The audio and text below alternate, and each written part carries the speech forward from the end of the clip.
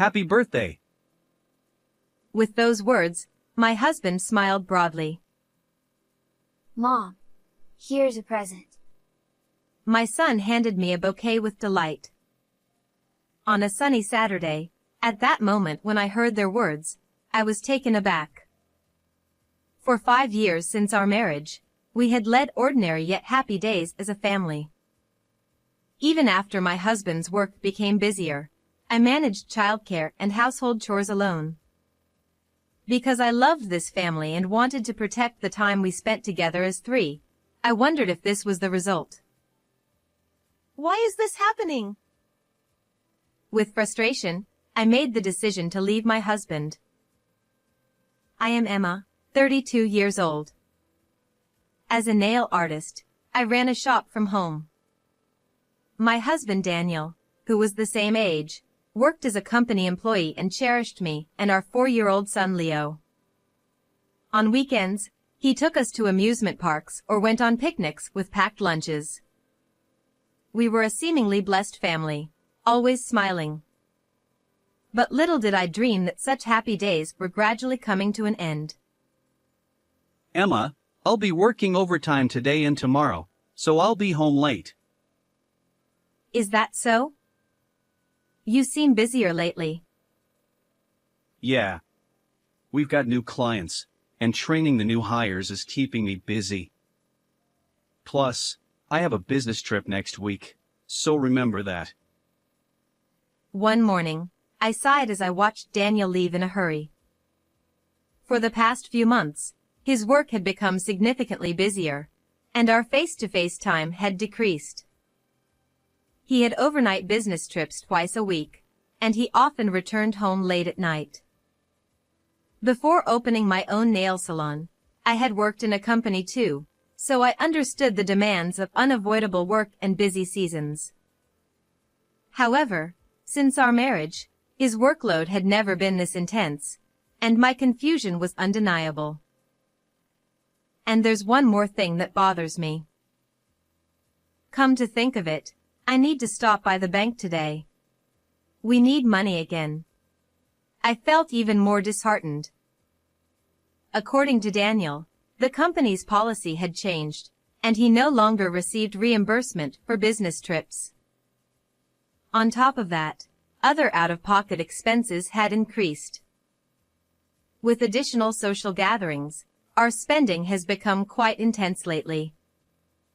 It's ironic that while we work to earn money, it seems to flow out in the opposite direction, leaving us dissatisfied. There's nothing we can do, right? It's part of the job, and you need to understand.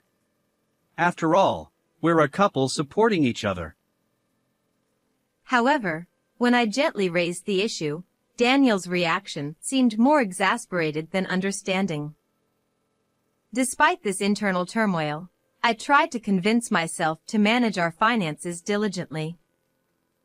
After all, although expenses had risen, they hadn't become overwhelming, and Daniel always made sure to be home on weekends, playing with our son Leo.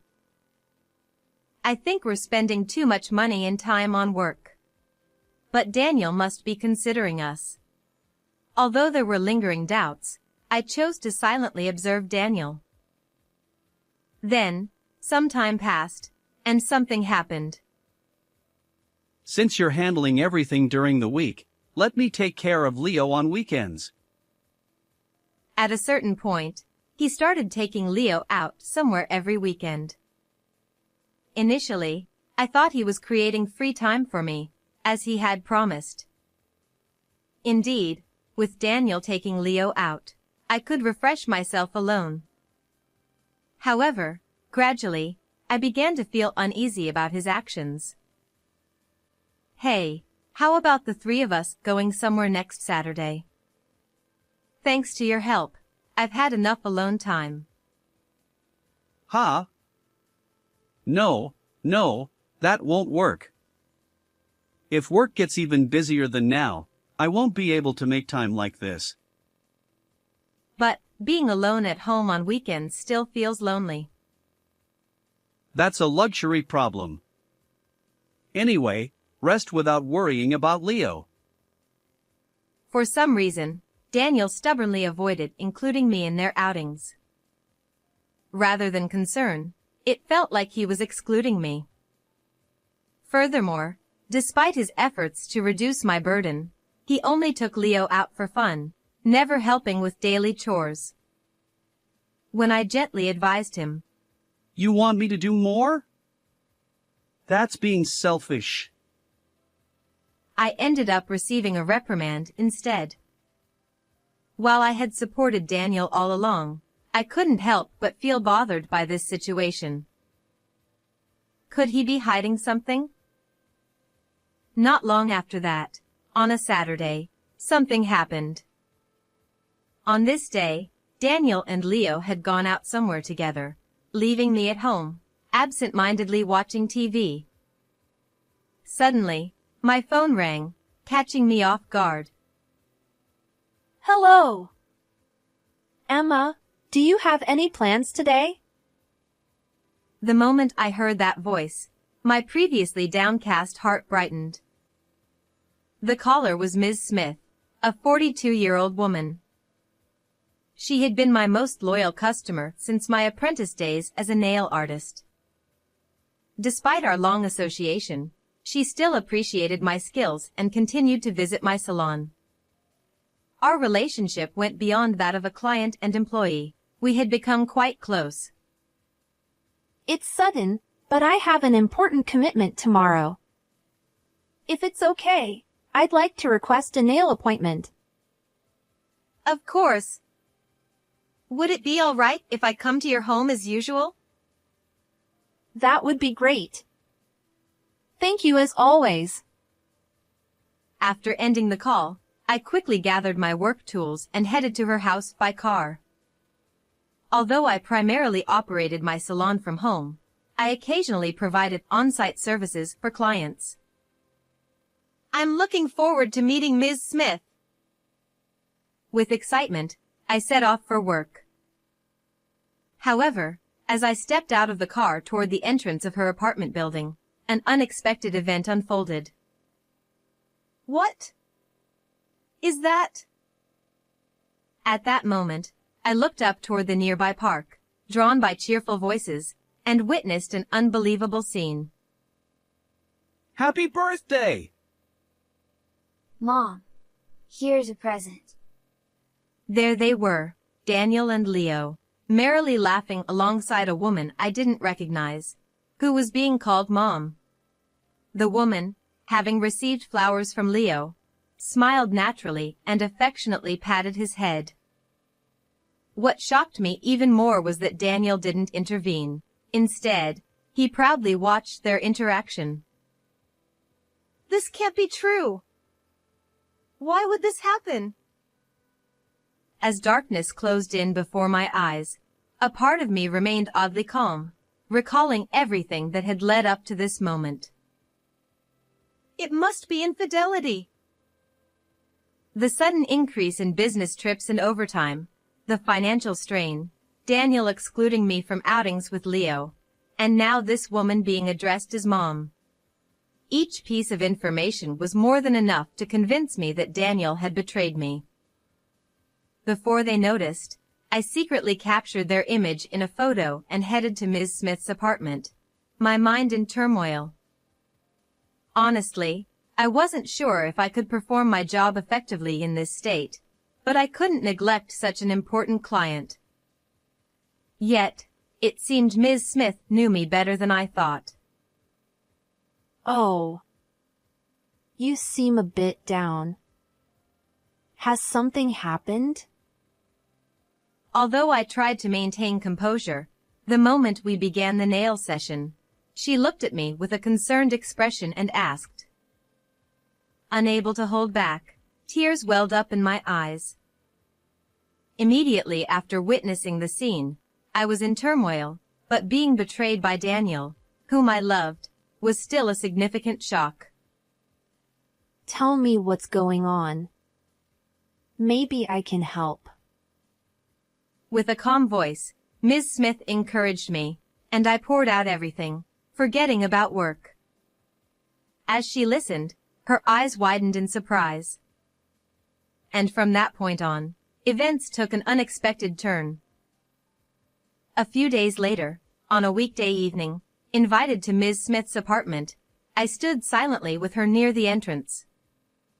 However, this time, I wasn't there for a nail appointment. Since that day, I had been working with her to devise a way to punish Daniel.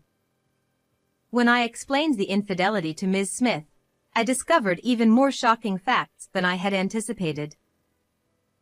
It seems they're back. The moment we heard loud voices from behind the door, Ms. Smith and I rushed out of the entrance. What? Emma! Why are you here? There stood Daniel, looking astonished, and the woman who had been called Mom that day. Both froze, their hands on the door handle, gaping open-mouthed. That's my line. Weren't you supposed to be on a business trip today? No! She's someone from work. But what about Leo? And who is she? Leo is with my parents. Ms. Smith helped me. She's here to expose your affair. My angry voice made Daniel narrow his eyes. After confessing about witnessing the decisive scene that day, Ms. Smith hesitated for a moment and then asked about the woman's appearance. Remembering the photos I had taken, I promptly showed them to her, and she gasped. Unbelievable! That woman lives next door to me. Her name is Madison. What a twist of fate. Daniel had chosen to have an affair with none other than my loyal customer's neighbor. Following Ms. Smith's suggestion, I contacted Daniel's workplace. To verify whether the business trips were real, I learned that not only were there no trips, but he hadn't even worked overtime. Furthermore, if there had been any trips, the company reimbursed transportation expenses. This revelation confirmed that Daniel had completely betrayed me. Today, I know there's no business trip. So, with Ms. Smith's help, I waited for your return. I wanted to catch you coming home with your affair partner.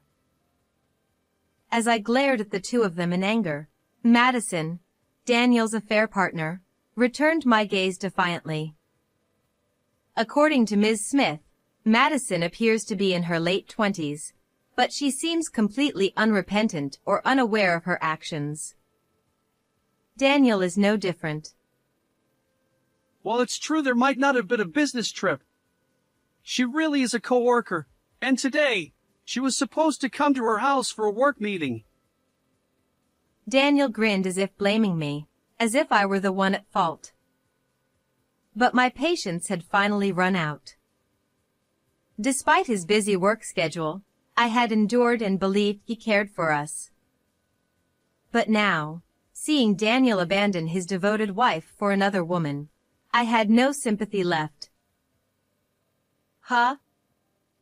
You two were making a ruckus while drunk and working? They were so noisy. It was unbearable. I even recorded it to complain to the building manager. Finally, Daniel and Madison looked shocked by our words.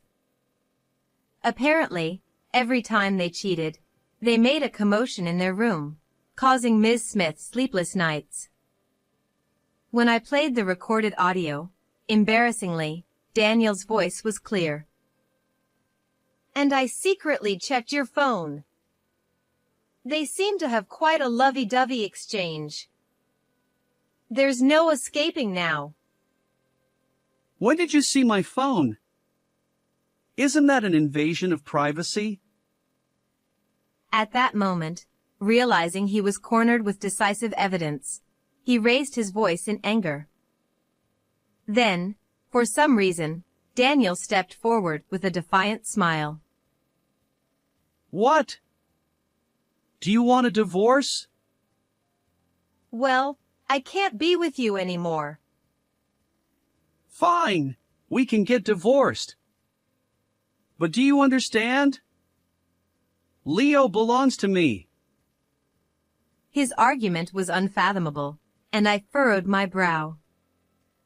Misunderstanding my hesitation, Daniel confidently began confessing everything. Leo already likes Madison. He'll choose me over you.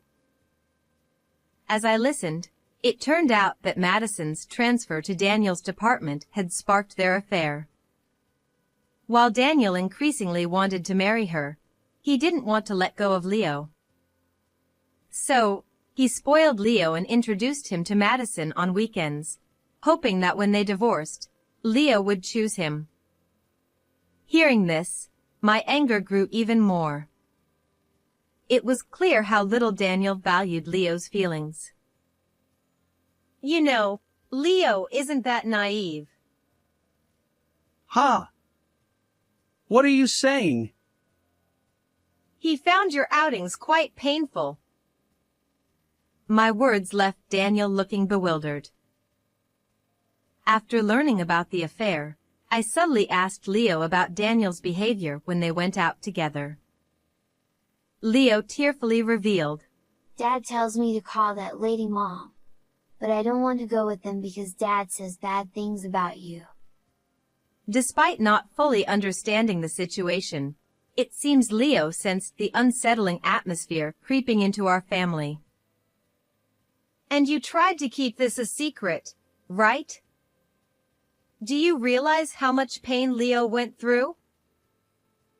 I didn't think. Leo was supposed to choose me over you. That's impossible. You hurt Leo to satisfy your desires. You're unfit as a father. In my rage, Daniel finally collapsed to the floor, realizing the gravity of it all. Then, in desperation, Please. I'll apologize for the affair, but just let me have custody. Look at me. he clung to me, but his apologies and shattered pride fell on deaf ears. If it had come to this, he should never have cheated in the first place. Dragging Leo into this, there's no way I'll grant custody to someone like that. Prepare yourself for alimony. With a final word, I confronted them with reality. Daniel and Madison stood frozen, their faces drained of color. Afterward, Daniel and I divorced. Naturally, I gained custody, and I demanded $30,000 each in alimony from him and his affair partner. I also planned to seek child support until Leo grew up. Apparently, rumors about this incident spread at their workplace, making it uncomfortable for both of them. In the end, they broke up, leaving Madison burdened with debt. As for me, I returned to my parents' home with Leo and continued my work as a nail artist.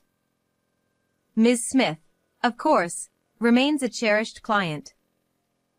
I'll watch over Leo's growth alongside my kind parents and strive for happiness. How did you like this story? Please subscribe to the channel. See you in the next video.